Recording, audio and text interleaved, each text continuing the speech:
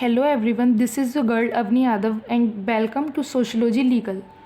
आज इस वीडियो में हम लोग देखेंगे कि सोशलॉजी का स्कोप क्या है, स्कोप का मतलब उसकी इम्पोर्टेंस क्या है और इसमें सोशलॉजी में हम लोग क्या क्या चीज़ें आगे जाके पढ़ने वाले हैं।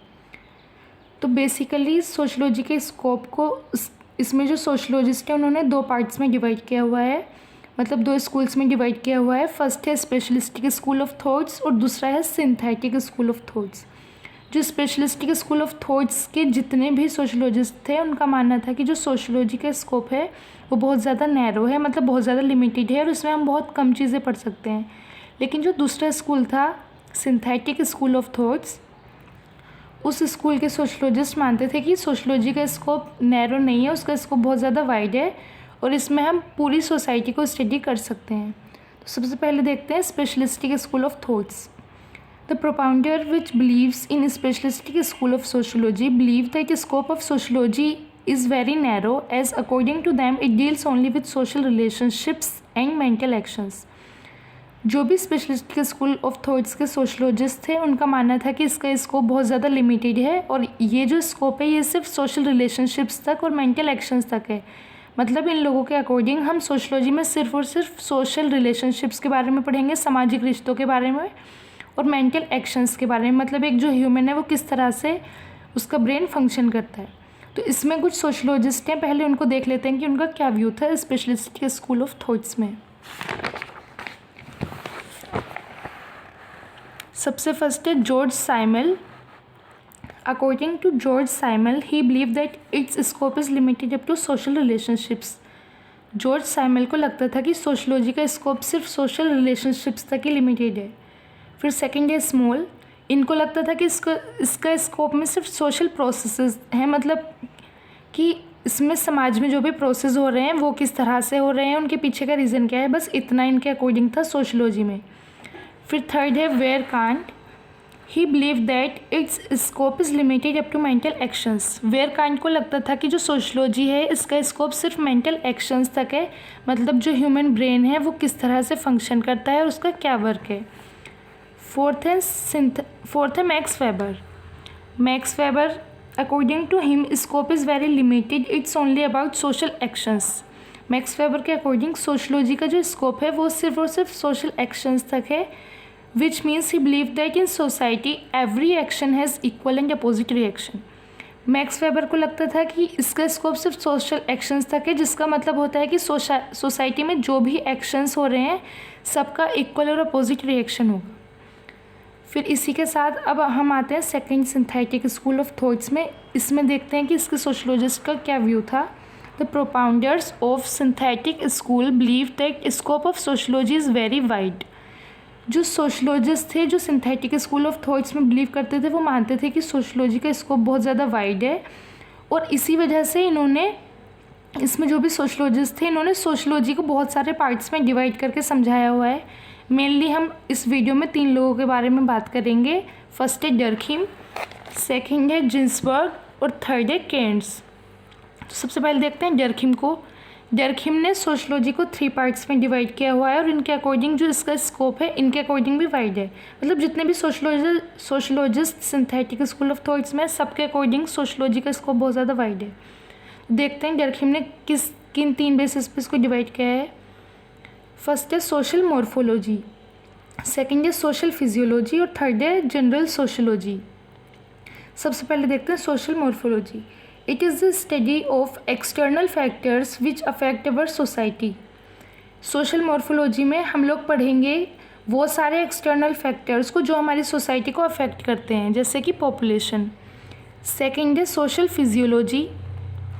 It is the study about the small units of society. It is like about the units which complete our society. Social physiology में हम वो सारी स्मॉल यूनिट्स के बारे में पढ़ेंगे जो हमारी सोसाइटी को कंप्लीट करती हैं, जैसे कि वैल्यूज़, नॉर्म्स, संस्कार्स एक्सेट्रा। थर्ड है general sociology. It is the study of social facts. General sociology में हम सारे जो भी सोशल फैक्ट्स होते हैं उनके बारे में पढ़ेंगे। सोशल फैक्ट्स जैसे कि लॉ है और मैरिज है और डिवोर्स है, सुसाइड है। सेकंड है जिन्सबर्ग। जिन्सबर्ग ने भी सोशलॉजी को 4 पार्ट्स में डिवाइड किया हुआ है। फर्स्ट है सोशल प्रोसेस, मतलब सोसाइटी में जो भी प्रोसेसेस होते हैं वो सब हम सोशलॉजी के अंडर पढ़ेंगे। सेकंड है सोशल कंट्रोल। अब जिन्सबर्ग ने भी सोशल कंट्रोल में इसको सोशलॉजी को डिवाइड किया है और आगे हम केंट्स को पढ़ेंगे। केंट्स ने भी सोशलॉजी को सोशल कंट्रोल में डिवाइड किया हुआ है, लेकिन केंट्स ने 2 पार्ट्स में इसको डिवाइड किया है और जो जिन्सबर्ग है उन्होंने इसको किसी भी पार्ट में नहीं डिवाइड किया, बस ऐसे इसको एक्सप्लेन किया है। तो देखते हैं social control. The factors which controls our society, for example law, military. मतलब ये बोल रहे हैं कि वो सारे फैक्टर्स जो भी हमारी सोसाइटी को कंट्रोल करते हैं वो सारे सोशल कंट्रोल के अंडर आएंगे, जैसे कि लॉ है, मिलिट्री है, इसमें रिलीजन भी आ सकता है। थर्ड है social morphology, external factors which affect our society, for example population exploitation. मतलब वो सारे एक्सटर्नल फैक्टर्स जो कि हमारी सोसाइटी को अफेक्ट करते हैं। जिन्सबर्ग का सोशल मॉर्फोलॉजी और डर्खीम का सोशल मॉर्फोलॉजी एकदम सेम है। फोर्थ है social pathology, it is the study of factors which disintegrate our society. Social pathology में हम वो सारे फैक्टर्स के बारे में पढ़ेंगे जो हमारी सोसाइटी को डिसइंटीग्रेट करते हैं, मतलब जो हमारी सोसाइटी को बांटते हैं, जैसे कि टेररिज्म हो गया, करप्शन, कास्टिसिज्म मतलब जातिवाद एक्सेट्रा। थर्ड जो हमारे साइंटिस्ट हैं उसको पढ़ेंगे सोशलॉजिस्ट जो है वो है केंट्स। केंट्स ने सोशलॉजी को 6 पार्ट में डिवाइड किया है और केंट्स ने सोशलॉजी का स्कोप वाकई में बहुत ज़्यादा वाइड बताया है। फर्स्ट है केंट्स के अकॉर्डिंग सोशल चेंज, मतलब हम सोसाइटी में सोशल चेंज को भी पढ़ेंगे। सोशल चेंज क्या है? चेंजेस विच आर डन और implied to make our society better in terms of modernisation, westernisation etcetera. मतलब वो सारे चेंज जो कि हमारी सोसाइटी में या तो किए जाते हैं या फिर किसी के द्वारा इम्प्लाई किए जाते हैं हमारी सोसाइटी को और ज़्यादा बेहतर बनाने के लिए, जैसे कि मॉडर्नाइजेशन, वेस्टर्नाइजेशन। सेकेंड है social institutions, all the institutions which provides us knowledge about society, about relations and also about our religions etc.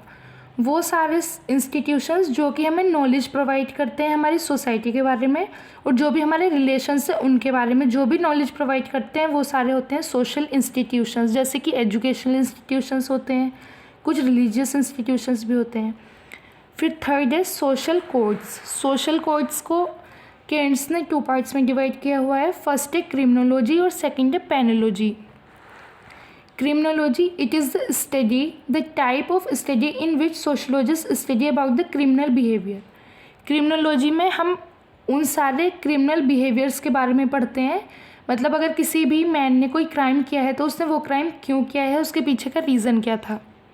फिर सेकंड है पेनोलॉजी, it is the study of panel of punishment which should be given to criminals for serious crimes and about the re-establishment of those people. पेनोलॉजी में हम सब कुछ जो भी पढ़ेंगे वो पनिशमेंट से रिलेटेड होगा, मतलब जो भी सीरियस क्राइम्स होते हैं उसमें पनिशमेंट तो दी जाती है, तो मतलब उसको किस तरह की पनिशमेंट देनी चाहिए और मतलब ऐसा क्या करना चाहिए उसके साथ जिससे कि उस इंसान का री-एस्टेब्लिशमेंट हो, मतलब उसको समझ में आए कि उसने गलत किया है और वो आगे से ऐसा ना करे। फिर फोर्थ है सोशल ऑर्गेनाइजेशंस,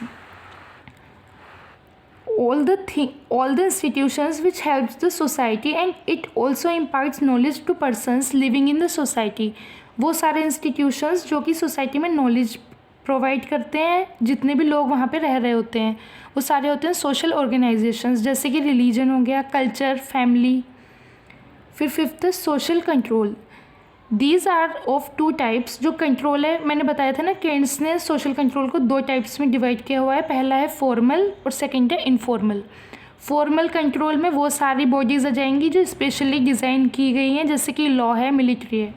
और इनफॉर्मल कंट्रोल में वो सारी एजेंसीज आ जाएंगी जो पहले से ही बनी हुई थी सोसाइटी के लिए, जैसे कि रिलीजन, कस्टम्स, ट्रेडिशंस एक्सेट्रा। फिर है 6th human actions, all the actions which helps us to understand the behavior of a man individually and sometime in groups। वो सारे एक्शंस जो कि मैन को हेल्प करते हैं समझने में कि वो अगर अकेला है तब उसका बिहेवियर कैसा है और जब वो ग्रुप्स में है तब उसका बिहेवियर कैसा है, वो सारी चीज़ें हम लोग पढ़ेंगे ह्यूमन एक्शंस में। तो अब देखते हैं इसका कंक्लूजन, मतलब स्कोप ऑफ सोशलॉजी में हमने क्या जो भी कुछ पढ़ा है उसको देखते हैं, एक बार पूरा रिवाइज करते हैं। On the basis of pursuit of all the definitions given by propounders in synthetic school of thoughts, about the scope of sociology we may say that the scope of sociology is very wide.